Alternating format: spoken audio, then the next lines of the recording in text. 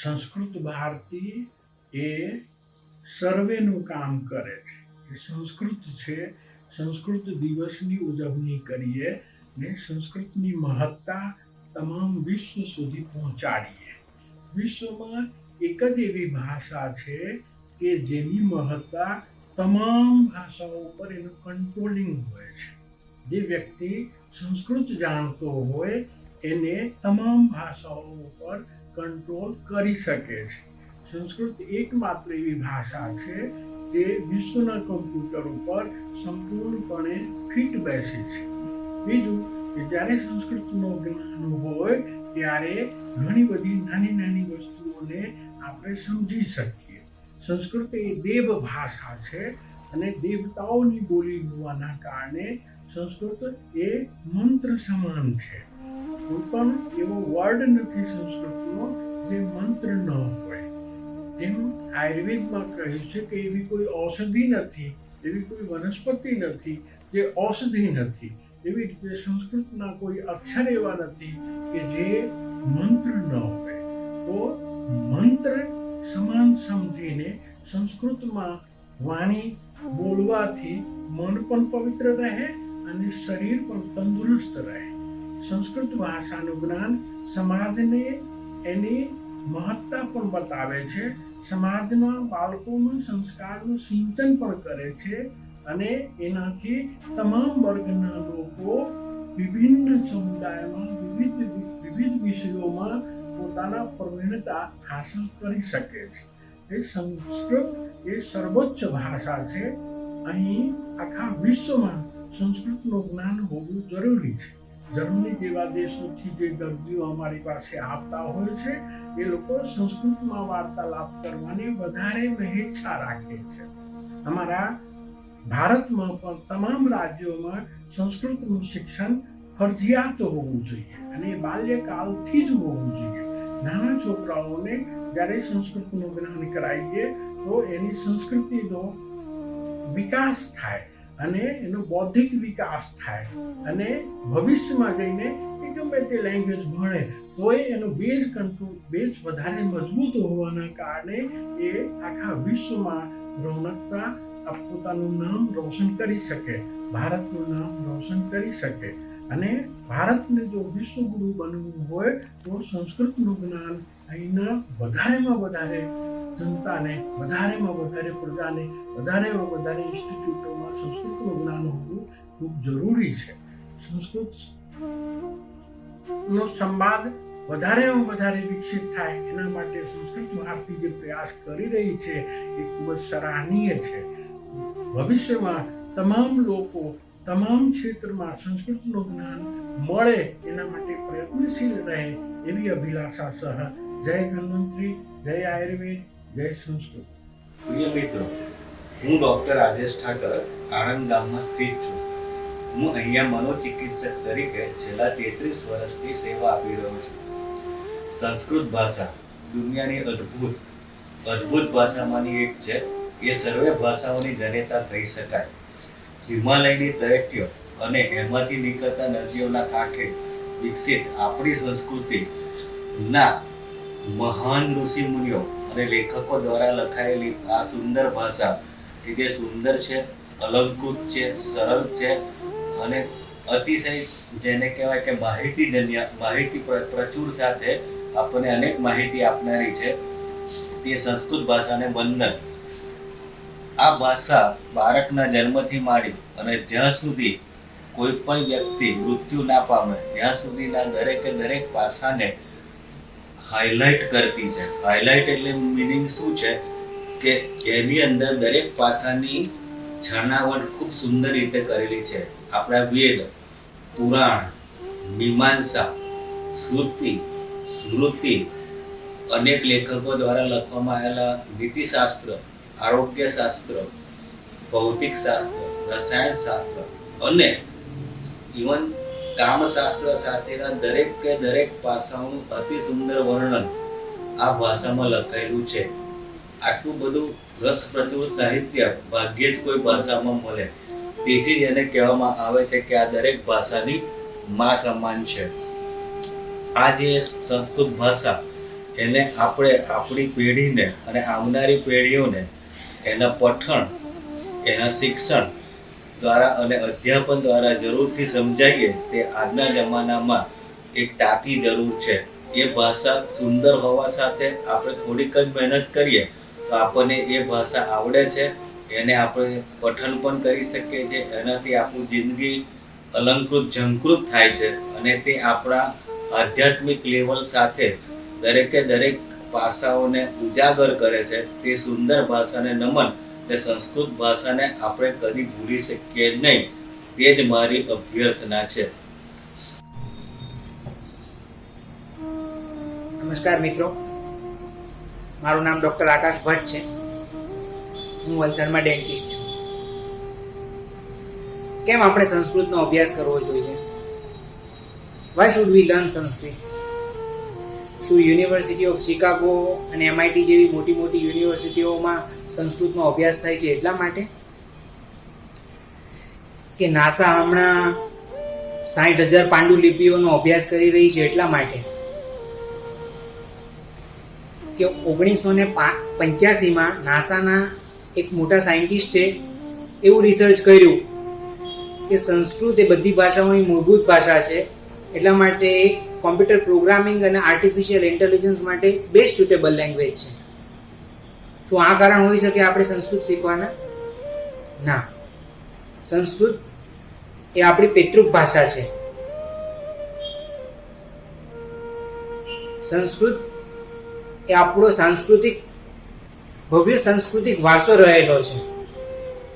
તો કોઈ પૂછશે કે શું ફાયદો સંસ્કૃત શીખવાનો? તો મિત્રો, સંસ્કૃત એક એવી ભાષા છે જે ઓછામાં ઓછા શબ્દોમાં વધુમાં વધુ વસ્તુ કહી શકાય છે. જેમ કે આ એક અક્ષરમાંથી કાર્ય બને છે, જેને ઇંગ્લિશમાં કહેવાય છે એનીથિંગ ટુ બી ડન. એક માંથી કર્તવ્ય બને છે, એને ઇંગ્લિશમાં કહેવાય છે ધેટ શુડ બી ડન. આ લાંબા વાક્યને આપણે સંસ્કૃતના અંદર એક ટૂંક અને એકદમ ઓછા સ્વરૂપમાં કહી શકીએ છીએ. આવી રીતના કર્કમાંથી અનેક શબ્દો બની શકે છે. સંસ્કૃતના અંદર 1,02,78,50,000 શબ્દો આવેલા છે, જે બીજી કોઈ પણ ભાષાઓ કરતા હજારો ગણા વધારે છે. સંસ્કૃત એક રીચ લેંગ્વેજ કહી શકાય સંસ્કૃતને. સંસ્કૃત ભાષાને દૈનિક બોલવાવાળા ભારતમાં ફક્ત 14,000 લોકો જ છે. અને આ 14,000 લોકો આટલા મોટા દેશમાં એ સંખ્યા બહુ જ ઓછી છે. સંસ્કૃત દૈનિક બોલવાથી એના ઘણા હેલ્થ બેનિફિટ્સ પણ છે. સંસ્કૃતમાં અનુસ્વર નો ઉપયોગ થાય છે, જેમાં આપણે ભ્રામરી પ્રાણાયામ થાય છે, વિસર્ગનો ઉપયોગ થાય છે, યનો ઉપયોગ થાય છે, જેમાં કપાલભાતિ થાય છે. દિનમદિન સંસ્કૃતનો ઉપયોગ કરવાથી શું હેલ્થ બેનિફિટ થાય છે? 14,000 લોકો જે રેગ્યુલર સંસ્કૃત બોલે છે એના વિશે પણ સાયન્ટિફિક અભ્યાસ થવો જોઈએ. મને આશા છે કે તમે સંસ્કૃત જરૂર શીખશો. સંસ્કૃત મિત્રો જમાનો રિસર્ચનો છે. R&D પાછળ મોટી મોટી કંપનીઓ અને બધા ઘણા રિસર્ચ અને ડેવલપમેન્ટ પાછળ ખૂબ જ ખર્ચો કરે છે. અને મને 100% વિશ્વાસ છે કે આપણી સંસ્કૃત ભાષા એ આ રિસર્ચને આગળ લઈ જવાનું કાર્ય કરશે. સંસ્કૃતને તેથી જરૂર શીખવું જોઈએ. અને હજી ઘણું બધું આગળ સંસ્કૃતમાં શોધવાનું, જે આપણો વારસો ખોવાઈ ગયો છે એને પાછા લાવવા માટે બહુ જરૂરી છે. નમસ્કાર મિત્રો, હું ડૉક્ટર શોભના જય બ્રહ્મભટ્ટ, આયુષ મેડિકલ ઓફિસર, પ્રાથમિક આરોગ્ય કેન્દ્ર પલાણ. આજે આપણે વાત કરવા જઈ રહ્યા છીએ સંસ્કૃત ભાષાની. શું સંસ્કૃત ભાષાનું મહત્વ અત્યારે છે? તો હું તો એવું જ કહીશ કે હા, સંસ્કૃત ભાષાનું મહત્વ છે. ભારતીય સંસ્કૃતિ એ વિશ્વની પ્રાચીન સંસ્કૃતિ છે. દિવ્ય અને ભવ્ય આ સંસ્કૃતિ શેના પર છે? સંસ્કૃત ભાષા પર જ આધારિત છે. યોગ કલા અને યોગ વિદ્યા એ બંને પણ સંસ્કૃત ભાષા પર જ છે. યોગ અને આયુર્વેદ એ બંને સંસ્કૃત ભાષાની દેન છે. અત્યારે સંસ્કૃત ભાષા લોકપ્રિય બનતી રહી છે. ડોક્ટર્સ, એન્જિનિયર્સ અને વૈજ્ઞાનિકો પણ હવે સંસ્કૃત ભાષા શીખવાનો પ્રયત્ન કરી રહ્યા છે. જ્યારે હું આયુર્વેદ ભણતી હતી ત્યારે કોઈ એક રોગની સંપ્રાપ્તિ એટલે કે કોઈ એક રોગનું વર્ણન સંસ્કૃતની એક શ્લોકમાં 2 લાઈનમાં આખા ડિસીઝનું વર્ણન આવી શકતું તથા જ્યારે એની ચિકિત્સા એ પણ સંસ્કૃત ભાષાનો જ વર્ડ છે. ચિકિત્સા એટલે કે ટ્રીટમેન્ટ એ પણ એક જ શ્લોકમાં 2 લાઈનમાં આખી ચિકિત્સા એટલે કે ટ્રીટમેન્ટ એક રોગની ટ્રીટમેન્ટ આવી જતી હતી. કેટલી સરળ છે સંસ્કૃત ભાષા, ટૂંકી અને સરળ. સંસ્કૃત ભાષામાં ટૂંકમાં આપણને ઘણું બધું શીખવાડી જાય છે. સંસ્કૃત ભાષા એ સમૃદ્ધ ભાષા છે, રસમધુર અને શ્રેષ્ઠ ભાષા છે. જ્યારે વિશ્વમાં આધ્યાત્મિક વિજ્ઞાન સામે બધાની દ્રષ્ટિ ભારત સામે છે ત્યારે એ આધ્યાત્મિક વિજ્ઞાન એ કોની દેન છે? સંસ્કૃત ભાષાની. Thanks to all. Good afternoon, one and all. Myself, Dr. Rijasi Radhakrishnan, Associate Professor, J.S. Arvid Mahavidyalaya, Nadia. Today, I just want to share my views regarding the importance of learning Sanskrit. Sanskrit is a classical language of our tradition and culture. So it's not only just a language. It gives the scientific history of whole India. All our Puranas like Ramayana, Mahabharata, Niti Shastra, Artha Shastra, etc. were written in Sanskrit language. And it is considered to be the mother of many languages like Marathi, Gujarati, Malayalam, Hindi, etc. to name a few. The status what English language is enjoying now, once upon a time Sanskritam was enjoying the same. But due to some reasons, the status and the importance of Sanskritam language got reduced. Nowadays, even Ayurveda and other Shastras, which have the original books or granthas written in Sanskrit, were taught in English and or other regional languages. But to understand, to comprehend, and to extract the real meaning what Acharyas have taught, to understand that we should have the thorough knowledge of Sanskrit. Sanskrit is a versatile, systematic, and technical language. Single word is having many meanings, and there are many interpretations for single sutras. So, without the knowledge of Sanskrit, we cannot able to relish the inner meaning of such sutras. There is one more reason to learn Sanskrit. It is proven that the unique memorizing techniques used in traditional Sanskrit learning significantly improves the brain capacity. So now we can conclude that we should learn Sanskrit for you, for me, for our children, and for our nation too. Thank you. Thank you, one and all. નમસ્તે. પરેશ પ્રજાપતિ, આણંદ. નવી આવી રહેલી રાષ્ટ્રીય શિક્ષણ નીતિ એના સંદર્ભમાં મારું એવું માનવું છે આ શિક્ષણ નીતિ સાચા અર્થમાં ભારતીય શિક્ષણ નીતિ બની રહેશે. ભારતની સ્વાધીનતાના આટલા વર્ષો બાદ ભારતીય શિક્ષા વ્યવસ્થા આજે સ્વાધીન થવા જઈ રહી છે.